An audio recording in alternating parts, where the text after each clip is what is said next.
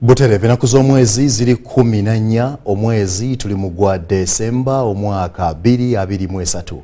Nkwaniriza ku UBC TV amawulire UBC Leero abinje bigenda maaso mu ggwanga era nga kyenyinza okutegeeza nti emaali y'obusiraamu si yakutundibwa kubanga President Yoweri Kaguta Museveni ensonga zino aziyingiddemu ate nga ne kkooti eriko ekiragiro kyewadde ku nsonga ezo. Emmotoka ezigenda okutambuza abagenyi oba abakungu ab'enjawulo abagenda okweta mu nkiiko eza NAM ne G77 plus China China ine emmotoka zewaddeyo ezigenda okutambuza abakungu abo. Bimu ku ebyo byengenda okubanga nkutuusaako olunaku olwaleero. Nze Jethro Kasaigi ne Yusuf Senyomo akozesa olulimi olw'obubonero. UBC Leero etandise bweti.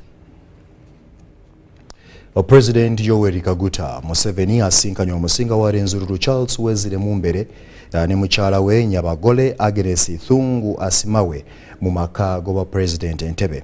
Musinkano eyo Museveni asanyusa okitegeera nti obusinga bwa Renzururu butandise essuula empya ekwatagana n'ebiruubirirwa bya gavumenti ya NRM ebyokukyusa eggwanga ku lw'obulungi lwa buli omu. Anokoddeyo ensonga 3 okusimbidwa essira okuli okugagawaza bannansi okukyusa ebyenfuna by'eggwanga ate n'ebyokwerinda. President ategeezezza omusinga eyatambulira bamu ku baminisita be nti gavumenti yazzaawo obukulembeze obw'ennono okusobozesa abakulembeze abo okukunga abantu mu bitundu byabwe mu bitundu ebyenjawulo ku lw'enkulaakulana y'eggwanga. Mu ngeri eno ategeezezza nga gavumenti bw'etasobola kwabulira kiruubirirwa kyakuwagira bukulembeze ekikulu ekyo. Museveni era ayagala okuteeka ku mwanjo ekyobumu obukulembeze obwo mu kifo ky'enjawukana. Asuubizza nga mu mwaka gw'ebyensimbi ogujja gavumenti bw'ejja okutandika ku mulimu gw'okuzimba olubiri lw'omusinga e Kasese ate n'okwongera ku nsako y'abakulembeze. Mu kusooka omumyuka wa Ssaabaminisita ow'obusinga yabadde ategeeza President nga okuva lwe baddayo e Kasese omusinga yatongoza essuula eyo ey'okulaba ng'ate babunya emirembe mu bitundu ebyo okusonyiwagana so n'okulaakulanya abantu be. Ensinkano yeetabiddwamu ne Minisita Ombezi ow'okulungamya eggwanga Godfrey Kabyanga, omumyuka wa Ssaabawolereza w'eggwanga Jackson Kafuuzi n'abalala okuva mu businga bwa Rwenzururu.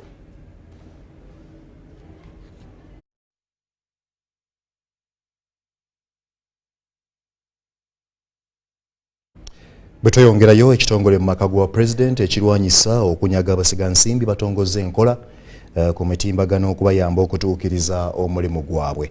Enkola yakuyamba okukendeeza ku misoso emiyitirivu so n'obulyake ebikolebwa ku basigansimbi oluusi ebibanyigiriza ennyo n'okubalemesa okukola nga bwe bateekeddwa okukola.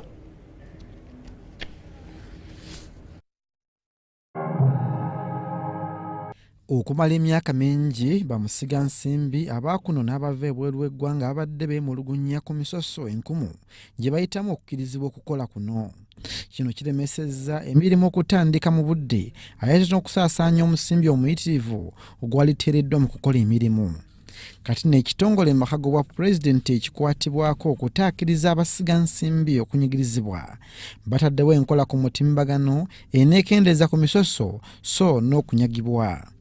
Kano Edith Nakalema akulira ekitongole kino agamba tekinologiya gwe bataddewo waakulaba nti minisitule zonna so n'ebitongole bya gavumenti ebikwatibwako bikwataganyizibwa mu kutaasa musigansimbi. Your Excellency, the key functions of the Electronic Investors Protection Portal include it will offer protection by guiding investors to government MDS for authentic information.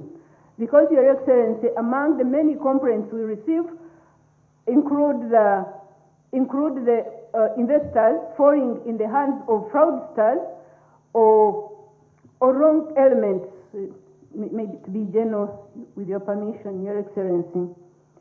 The portal has a reporting mechanism through which investors can inquire or file complaints. Teknologiya yono yazimbiddwa ab'ekitongole kya gavumenti ekya NETAU nga bakolera wamu ne kampuni ez'obwannannyini endala. Omukutu gw'omukisa abasigansimbi okuweereza okwemulugunya kwabwe mu kyama n'ebibuuzo era nga n'okusaba kwabwe baddibwamu bwangu oba okulungamizibwa.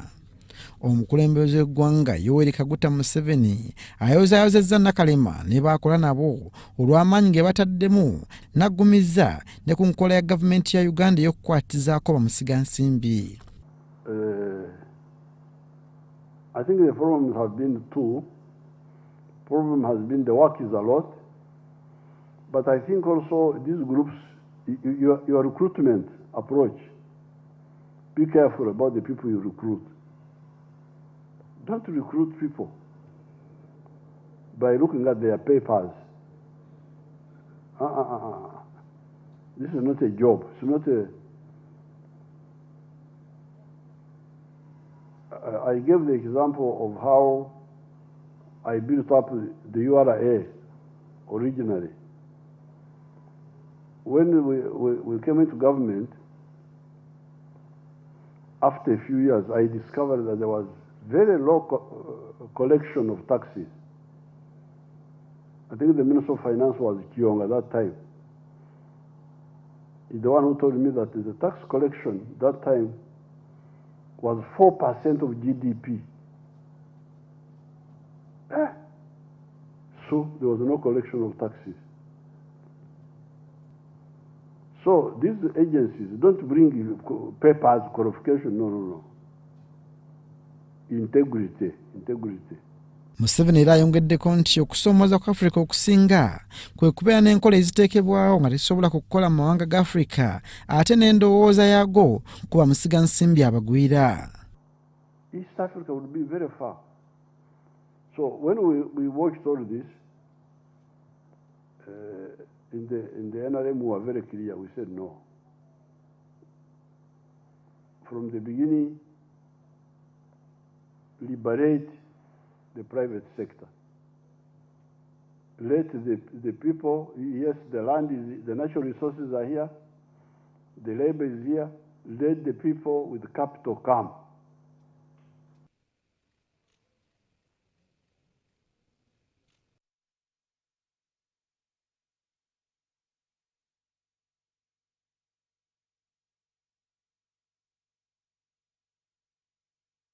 Leero ekyagera maaso gavumenti etegeezezza nga bwegenda okujja ku b'ofiisa baayo okuli ne baminisita mmotoka zikozesebwe mu kutambuza abagenyi mu kiseera ebyenkuŋŋaana okuli olwa NAM n'olwa G77 plus China ezinaabeera mu ggwanga mu January w'omwaka ogujja.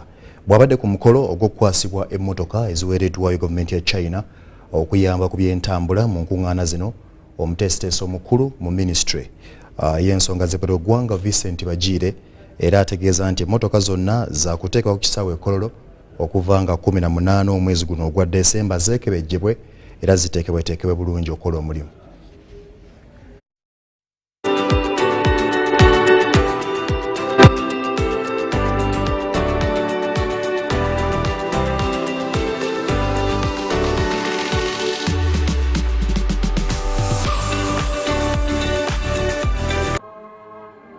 Gavumenti ya Uganda ekwasiddwa emmotoka ekika kya Maxus D90 SUVs 7 okuva mu ggwanga lya China ziyambeko mu kutambuza abagenyi abaneetaba mu nkuŋŋaana ezitegekeddwa mu Uganda ez'okubeerawo mu mwezi ogwa January omwaka 2024. Uganda mugenda kutuulamu enkuŋŋaana ez'amaanyi 2 mu January okuli olwa Non-Aligned Movement NAM n'olw'amawanga agataliiko kyekubiira olwa G77 plus China. Olukuŋŋaana olusooka olwa Non-Aligned Movement lulimu member states 12. Olukuŋŋaana oluddako olwa G77 ne China lulimu amawanga 134. Okuwaayo emmotoka kuno kubadde ku kitebe kya Minisitule y'ebyentambula n'enguudo. Gavumenti ya Uganda nawe ekiteesimye obudduukirize buno wamu n'obw'enguudo gavumenti ya China bwezzeewo eggwanga. Few years back, we had just close to about 1,000 kilometers of paved roads. As we stand now, we have close to over 6,000 kilometers of paved road in Uganda, and 3/4 of that has been done courtesy of the People's Republic of China. Ku mukolo guno minisita omubeezi w'ebyenguudo Musa Echweru ategeezezza ng'ebinnya ebiri mu nguudo za Kampala bwe bitalaga kifaananyi kyawamu eky'eggwanga kubanga enguudo ezisinga mu ggwanga n'ebweru w'ekibuga ziri mu mbeera nnungi. That the Kampala situation is bad, but it's not hopeless. We are going to fix it. But the rest of the country is a lot better, albeit the challenges presented to us by El Nino. Echweru wabula agamba nti newankubadde baaniriza bazira kisa okukwasizaako gavumenti naye tebalina kuteekawo bukwakkulizo. People would have loved to give us this, but they would have dictated us to even change our culture, to change the way we behave, to change the way we... But for you, you have given us this, and you continue to respect our values, and us to respect your values. Gavumenti ya Uganda yeetaaga emmotoka ezisoba mu 1,000 okutambuza abagenyi mu nkuŋŋaana ezo kubanga abakulembeze b'amawanga abasuubirwa basoba mu 130. China yatuwa emmotoka 7 nga zino emmotoka zigenda tuyambako mu nkuŋŋaana 2 ennene ze tuyina ze tugenda okutuuza mu January, olukuŋŋaana olwa Non-Aligned Movement n'olukuŋŋaana olwa G77 plus China. Ng'emmotoka zigenda tuyambako okusaabaza abagenyi abakulu abagenda okujja mu ggwanga. Nabwe ekityo neezeeza ab'ofiisa ba gavumenti zigenda kubaggyibwako ekiseera kino zikozesebwe. Emmotoka za gavumenti zonna zigenda kukozesebwa. Tugenda kukozesa emmotoka ez'abaminisita, ezaffe ba PS ne entitled officer yenna anaabaaliwo eziri mu bitongole zigenda kukozesebwa. Kubanga bano abagenyi baliwo nnaku 10 bamale bagende then emmotoka tuzibaddize. Sikira buvunaanyizibwa gavumenti okunoonya ssente egule emmotoka endala lwakubanga tulina abagenyi lunaku mmeka 10. So tujja kujja kuba minisita ba PS nange yange njiweeyo ne ba director bonna baweeyo emmotoka tukole omukolo tugumale. Emmotoka eziweereddwayo zongeddwa ku ezo ezaaweebwayo mu mwaka ogw'2020 era nga ne ku olwo nazo zaali 7. Nze Robert Nyango.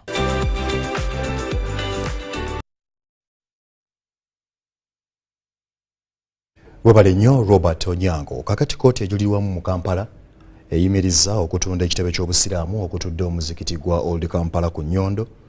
Ekimu kwe badde birina okutundibwa okununda obuwumbi 19 n'omusobyo ez'abanjibwa Justus Kyabahwa. Okusalawo kuno kukoleddwa abalamuzi 3 okubadde omumyuka wa Ssaabalamuzi Richard Buteera, Irene Mulyagonja ne Geoffrey Kiryabwire. Kooti ejulirwamu ekkiriza okuyimiriza okutunda ettaka nga bwerinda n'omusango oguli mu kooti endala. Uganda Muslim Supreme Council mweyagalira kooti y'ebyobusuubuzi esazeemu okutunda ettaka lya Old Kampala ku Nnyondo okutambula. Omulamuzi yasuubiza okuwa ebisingawo ku musango guno mu kiseera ky'anaalaalika.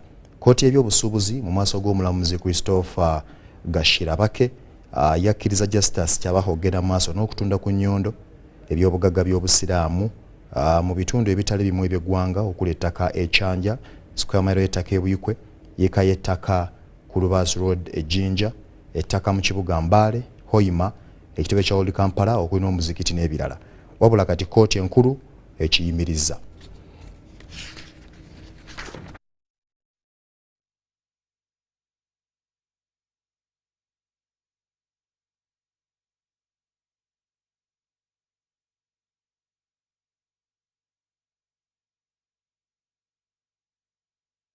Abasiraamu abatali bamu abadde bakuŋŋaanidde ku kitebe ky'obusiraamu ekikulu mu Kampala mukadde basanyukidde ensalawo ya kkooti ku bannakigwanyizi abadde beesoma okutwala emmaali y'obusiraamu.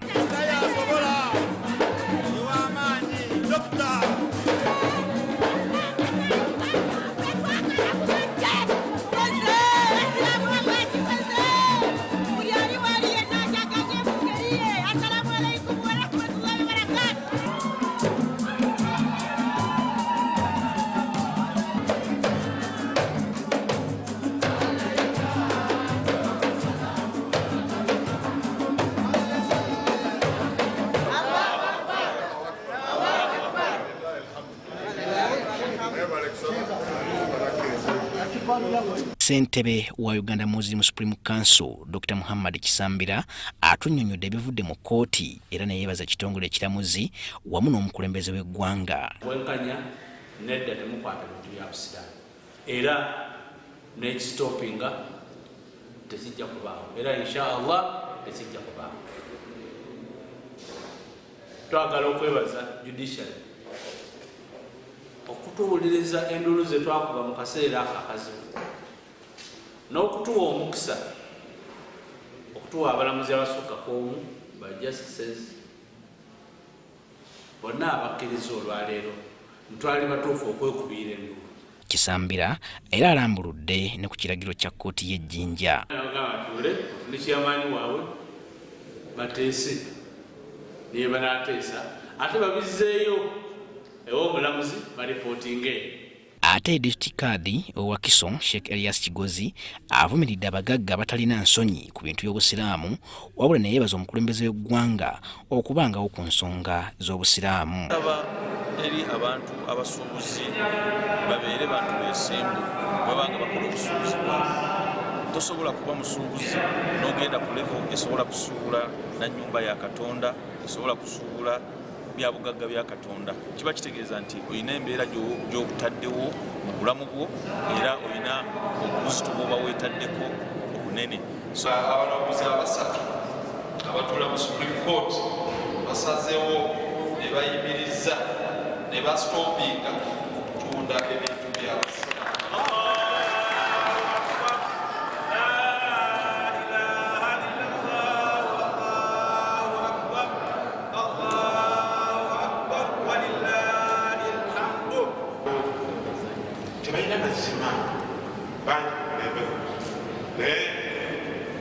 You have proved them wrong. Mulimba wali abaki abalina amazima abasobola okukwasibwa amaanyi ate kutukolaki ne bagituusa tusaba Katonda abasaasire. Minisita Ombezi ow'amayumba Minisitule y'Eby'ettaka Paasi Namuganza avumiridde abo bonna abateeka obutali butebenkevu mu busiraamu olw'ebigendererwa byabwe.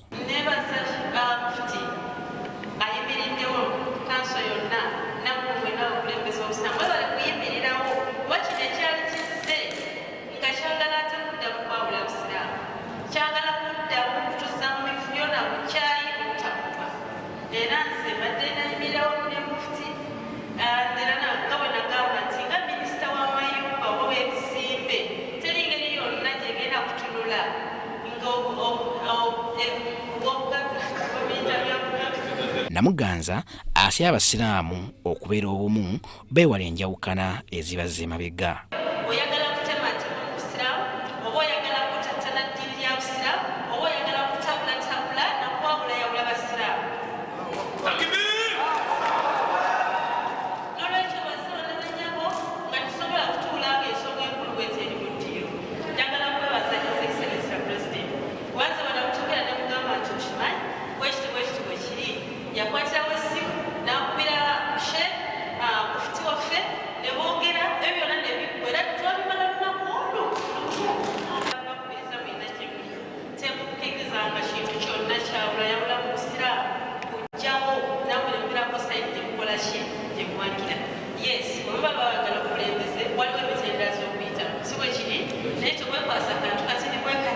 Ndi Robert Katamba ne Jamie Usekajja mu Kampala.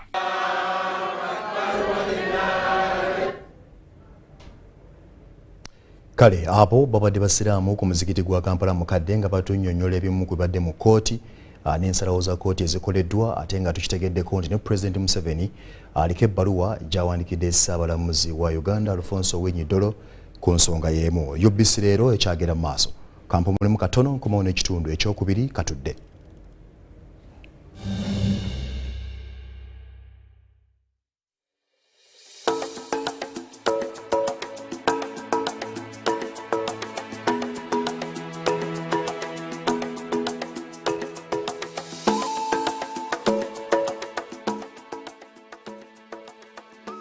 (1970) Cuban internationalism. In 1970s, Cuba made a major effort to assume a leadership role in the world's non-alignment movement. The country established military advisory missions and economic and social reform programs. The 1976 World Conference of the Non-Aligned Movement applauded Cuba internationalism, which assisted the people of Angola in frustrating the expansionist and colonialist strategy of South Africa's racist regime and its allies. The next non-aligned conference was scheduled for Havana in 1979 to be chaired by Fidel Castro, with his becoming the de facto spokesperson for the movement. The conference in September 1979 marked the zenith Cuban prestige. Most but not all attendees believed that Cuba was not aligned with the Soviet camp in the Cold War.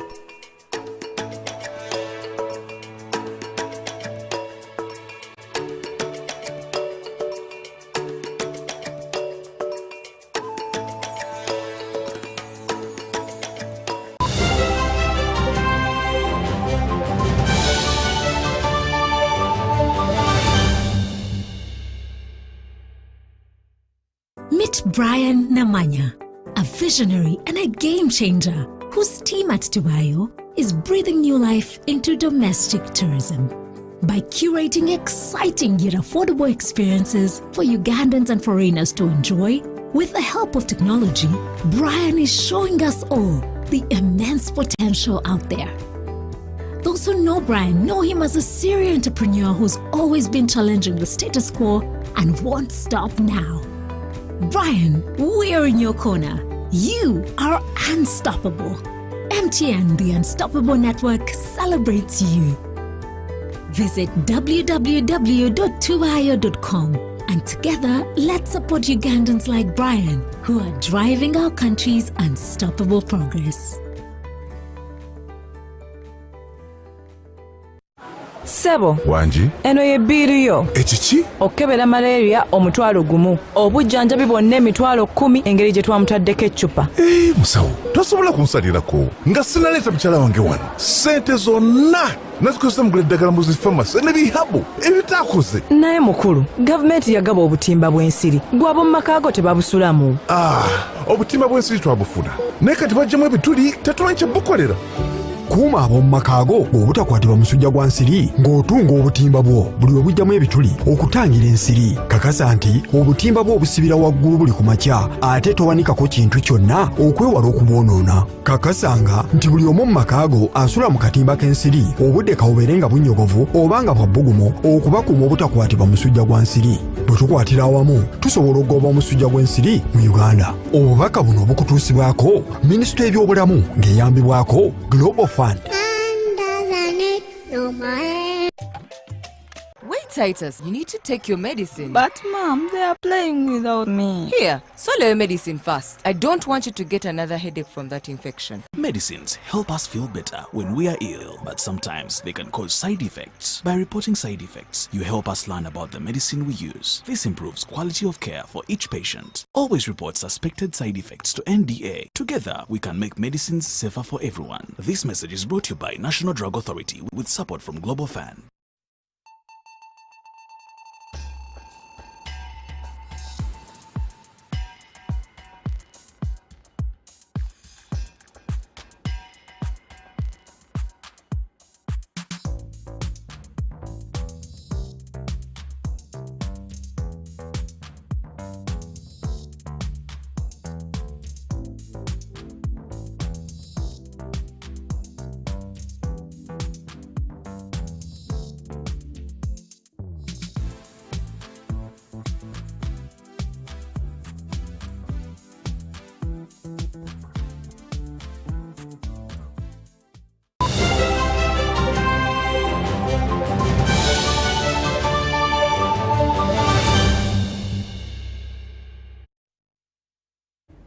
Njagala okwebaza okubanga tukyatambula ffenna okyali ku UBC TV amawulire UBC Leero. Tukomyewo n'ekitundu ekyokubiri. Eddwaliro lya Makerere University Hospital nga bakolera wamu ne Makerere College of Health Sciences batuusa awenyumirizibwa oluvannyuma lw'okulongoosa omwana okumuteekamu akuuma akamusobozesa okuwulira oluvannyuma lw'okuziba amatu. Omwana ono Valeri Namono wa myaka 13. Okuziba amatu yalwala musujja gwa mulalama ogwamugala amatu. Bagezezzaako okufuna obujjanjabi naye ne kigaana nga ensonga lwaki abazadde basazeewo alongoosebwe. Desemba nga 12 Leero Nannono n'ab'omu maka ge bajja kulwawo kulwerabira kubanga lulesa essuubi ery'obulamu obujja mu bulamu bwabwe. Ku luno Valeri Nannono yalongoseddwa n'ateekebwamu akooma akanamuyambako okuwulira kubanga amaze emyaka nga tawulira yadde nga yazaalibwa awulira. Although my hearing, it won't be exactly normal. It will be a bit different from normal hearing. I think that's also why I can't hear exactly. That's why I can't hear now, because I think it's different. That's why they said. Nyina wa Nannono Olga annyonnyola nti ku myaka 9 omwana ono yagala matu oluvannyuma lw'okulwala omusujja gw'obwongo ne kookolo w'omu musaayi. She started getting fevers. Yeah, so we'd go to clinics, pharmacies. They would treat malaria, treat bacterial infection, typhoid, but it never ever went down. So we continued that way. That was in about 2019 in February. Okuva olwo Nannono abadde mu bulamu obwabakiggala nga tawulirirako ddala. Should only hear bullets, slams of doors only. But when you call her Valerie, a car, she can't hear. Nothing. Yeah, so it was another depression for the family. Bagezezzaako buli ddagala eriyinza okumuyamba wano n'ebweru w'eggwanga naye nga tekisobose. Oluvannyuma lw'okuwabulwa nti ekyo kye babadde baagala okukolera wabweru w'eggwanga ne kuno kisoboka era kyatuukiridde ku Makerere University Hospital nga bakolera wamu n'aba Makerere Public Health Institute. So we had to use a special technique that we've just started using it, just got approval from our government, our NIH, and got grants to do 25 patients, but since it's working so well, I thought I would use it here as well. Yadde ng'akooma akamuyambako okuwulira kaateekeddwamu bulungi naye si kugamba nti olwo kiwedde. Will take approximately a month or 3 to 4 weeks. The wound will have healed, and then we will attach a processor and then switch on the gadget. Okay, because this is a powered gadget, the electric batteries, and we switch on.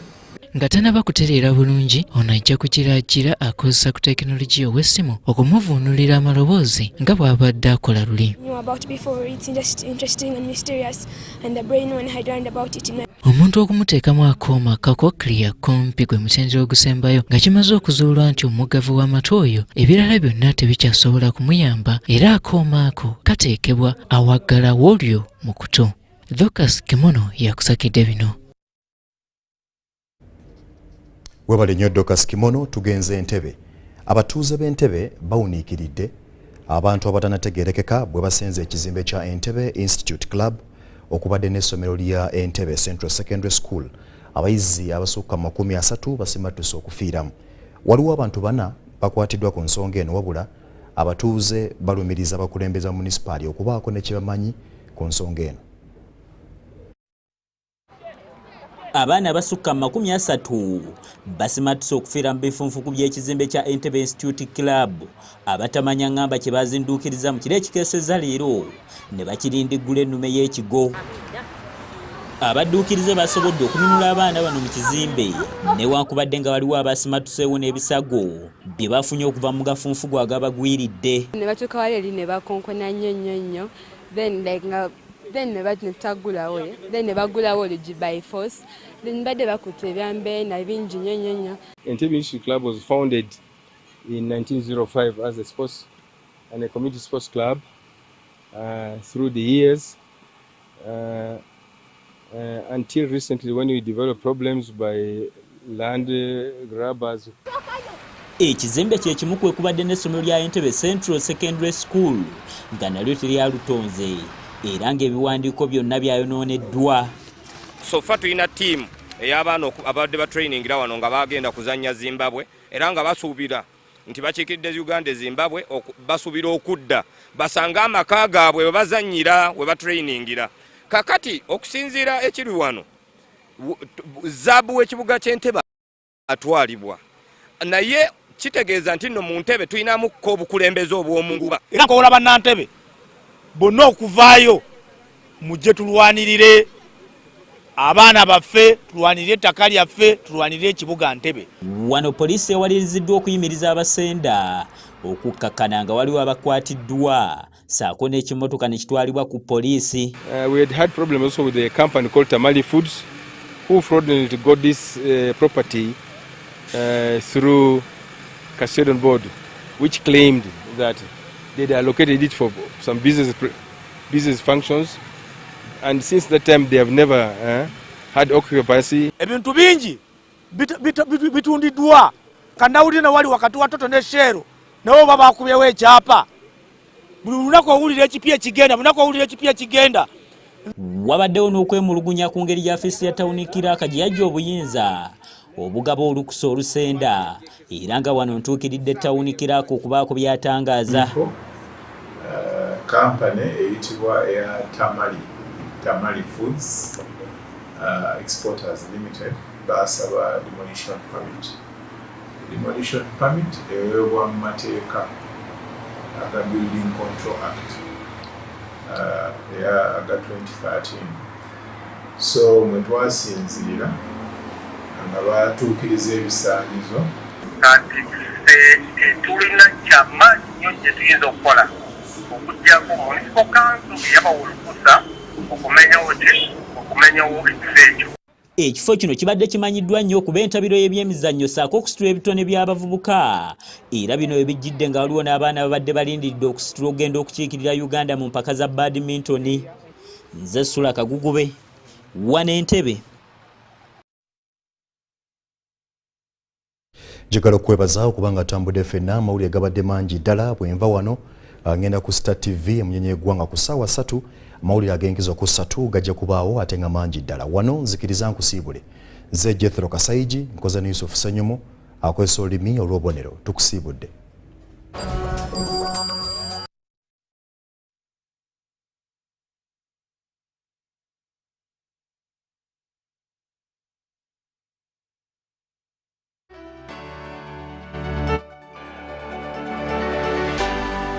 UBC, inspiring Uganda.